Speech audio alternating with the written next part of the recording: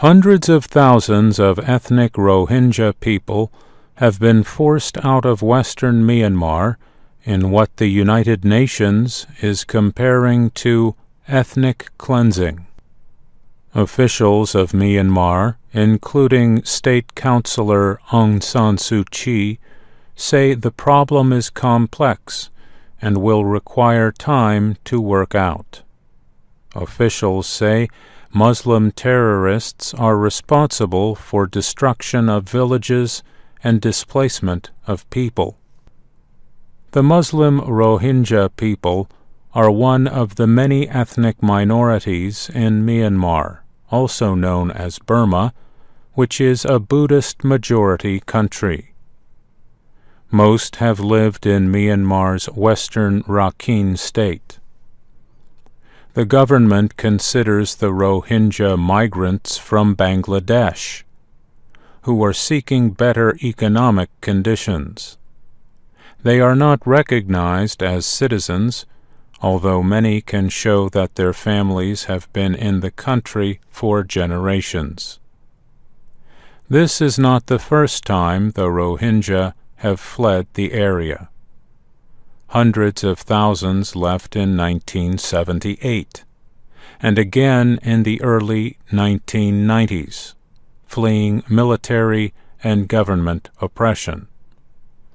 In 2012, another 100,000 fled by boat as Myanmar was transitioning from a half-century of military dictatorship to democracy. The violence in Rakhine State has continued since late August, when Rohingya militants attacked several police and army positions there. However, military operations to answer the attacks have killed hundreds of Rohingya, and many of their villages have been burned. It is estimated that more than 300,000 Rohingya have fled to neighboring Bangladesh.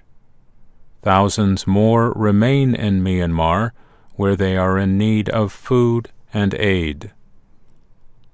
The United Nations has described the treatment of the Rohingya as a textbook example of ethnic cleansing. Recent efforts to bring aid to the area have faced setbacks. In one incident, 9 aid workers transporting humanitarian assistance died when their truck crashed into a ditch.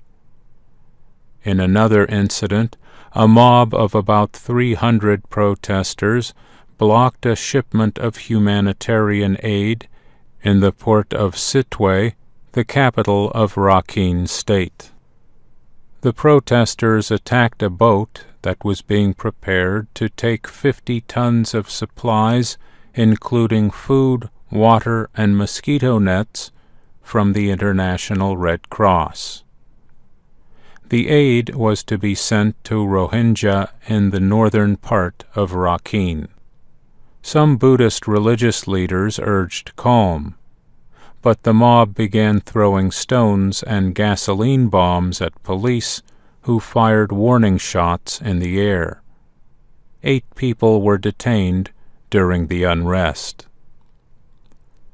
Reporters and rights activists say they cannot find out what is happening in Myanmar's western Rakhine state.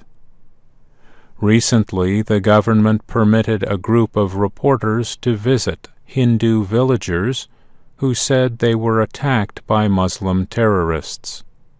However, when the reporters investigated, they found that 2 of those identified as victims had also been shown as Bengali terrorists on social media sites. Phil Robertson is the Asia Division Deputy Director for the activist group Human Rights Watch. He said the government brings out these fake photos or these fake narratives, and then they attack the human rights groups like us, saying, "Why don't you guys investigate?" Robertson added, "Let us in.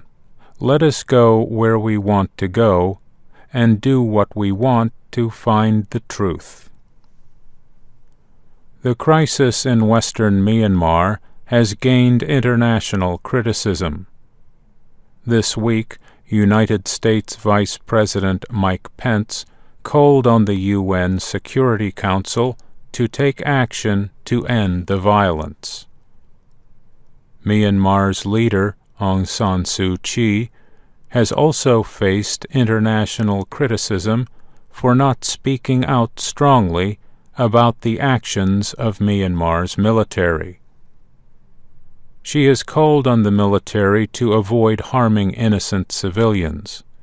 However, she said there is no simple answer to the problem. Building up trust and harmony between two communities that have in many parts of that region been hostile to one another is not done easily, she said. I'm Mario Ritter.